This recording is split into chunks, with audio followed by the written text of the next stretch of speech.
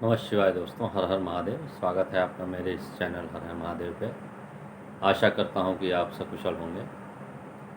दोस्तों, पिछली वीडियो मैंने तेलंग स्वामी जी के जीवन परिचय के बारे में बताया था, और ये वीडियो जो मैं आपको प्रस्तुत कर रहा हूँ इसमें उनके चमत्कारों के बारे में बताऊँगा, जिससे विश्वास हो जाए कि मनुष्य चाहे तो क्या नहीं कर सकता है।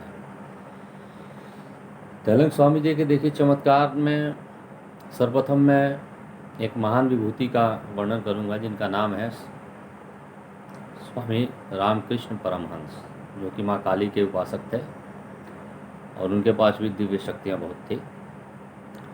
तो ऐसा दो वाक़या परमहंस जी के साथ हुआ था। एक बार जब वो सर्वप्रथम मिलने के लिए तेलंग स्वामी जी के पास गए थे, तो वो गर्मी का दिन था, मई जून का, और वो गंगा जी के तट पर बालू के ऊपर बैठ के उस गर्मी में तप कर रहे थे। मानो कि जैसे कुछ असर ही नहीं है उनके शरीर पे, बिल्कुल शीतलता जैसे हो वैसे।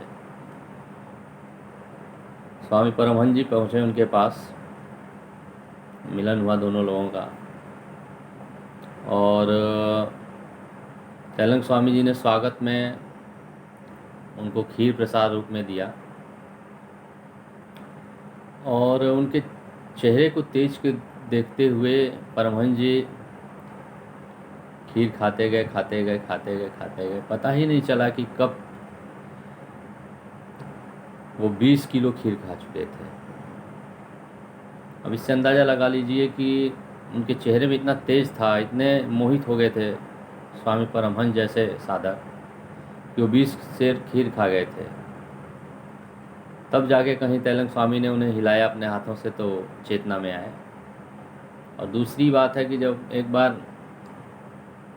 परमहंस जी ने जिद किया कि चलिए मुझे काशी विश्वनाथ जी का दर्शन करा दीजिए, तो टालते रहे तेलंग स्वामी, इधर उधर टालते रहे, नहीं जाना है, नहीं जाना है। लेकिन परमहंस जी जिद पे अड़ गए कि नहीं, चलिए चलिए चलिए। हुआ ऐसा कि जब वो एक बार अपने कमरे से बाहर को निकलने को हुए, तो स्वामी परमहंस जी ने उनके चेहरे को देखा। साक्षात उसमें भगवान विश्वनाथ जी का दर्शन हुआ। और ये जो प्रसंग है, इन्होंने स्वामी परमहंस जी ने अपने पुस्तकों में लिखा हुआ है। दूसरी घटना है, एक बार स्वामी तेलंग जी 48 घंटे के लिए जल समाधि में गए, और जब वो उस जल समाधि से बाहर निकले तो 1000 किलो का शिवलिंग लेकर आए थे, जो कि अभी भी उनके आश्रम में स्थापित है। अब अंदाज़ा लगा लीजिए, एक तो पानी के अंदर 48 घंटे तक समाधि किए वो, और उसके बाद हाथों में 1000 किलो का शिवलिंग लेकर गंगा जी से बाहर आए और उसे अपने मंदिर में स्थापित किया। तो इससे पता चलता है कि वो कितने शक्तिशाली थे। दूसरी घटना है, एक बार स्वामी तेलंग स्नान कर रहे थे गंगा जी में, डुबकी लगाई, तब तक काशी नरेश और उनकी पत्नी सामने आ गए उस तट पे। और जब वो बाहर निकले तो काशी नरेश बहुत कुपित हो गए। दिगंबर रहते थे, दिगंबर में कपड़े नहीं पहनते थे स्वामी तेलंग, तो इसलिए काशी नरेश बहुत ही कुपित हो गए, और उन्होंने कोड़े से मारने का आदेश दिया स्वामी तेलंग को। और जितने कोड़े स्वामी तेलंग के शरीर पे मारे गए, उनको तो कुछ नहीं हुआ, लेकिन काशी नरेश के बेटे के पीठ के ऊपर कोड़ों के निशान आ गए, और दर्द से वो कराहता हुआ बेसुध हो गया वो। जब सैनिक आए ये सब समाचार लेकर, तो काशी नरेश और उनकी पत्नी स्वामी तेलंग के चरणों में गिर गए। और ये घटना बहुत ही प्रसिद्ध है, हुई उस समय, और स्वामी तेलंग बहुत ही प्रसिद्ध हो गए। इसी तरह काशी में जो भी संत हुए हैं प्रसिद्ध, विरोधी भी बहुत ही हुए हैं उन लोगों के। तो स्वामी तेलंग के साथ भी यही हुआ, विरोधियों ने उनको राजा के पास झूठे फसाद में फंसा करके उनको जेल में डलवा दिया। तो हुआ ये कि स्वामी तेलंग का नित्य का काम था बाबा विश्वनाथ को माला पहनाकर पूजा करना, और जेल में डाल दिया गया था उनको। लेकिन समय जब हुआ तो सिपाहियों ने देखा कि तैलंग स्वामी अपना पूजा करके आ रहे हैं, दरवाज़ा खुला हुआ है। तो ऐसे एक दो बार देखकर राजा को बताया गया, तो जिस समय देख रहे हैं कि मंदिर में है, उस समय तैलंग स्वामी जेल में भी दिखाई दे रहे थे उन लोगों को। अंत समय में राजा सहित सभी सिपाहियों ने चरणों में गिर के माफ़ी मांगी और उनको उनके स्थान पे ससम्मान पहुंचा दिया गया। एक ऐसी ही घटना है कि दिगंबर रहते थे स्वामी जी। एक औरत रास्ते से पूजा के लिए जाती थी और हमेशा उनको बहुत ही गालियाँ देती थी, बहुत गालियाँ देती थी। ऐसा घटना घटी कि उसके पुत्र की अकाल मृत्यु हो गई और लोगों ने कहा कि जाओ क्षमा मांगो, तुम रोज़ गालियाँ देती थी ऐसे साधक संत को। तो बेचारी उठी, अपने बच्चे को लेकर चली गई स्वामी जी के पास, गिड़गिड़ाया, रोया, क्षमा मांगी उनसे अपनी करनी के लिए। स्वामी जी ने मुस्कुराते हुए उसके बच्चे के सिर पे हाथ फेर दिया अपना, और वो बच्चा ऐसे उठ खड़ा हुआ जैसे उसे कुछ हुआ ही ना हो।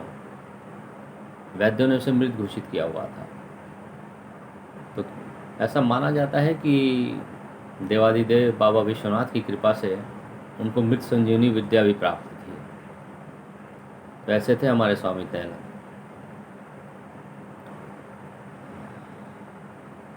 एक बार की बात है कि स्वामी जी समाधि जब करते थे तो बहुत देर तक करते थे, और जब उठते थे समाधि से तो दूध बहुत ज़्यादा पीते थे वो।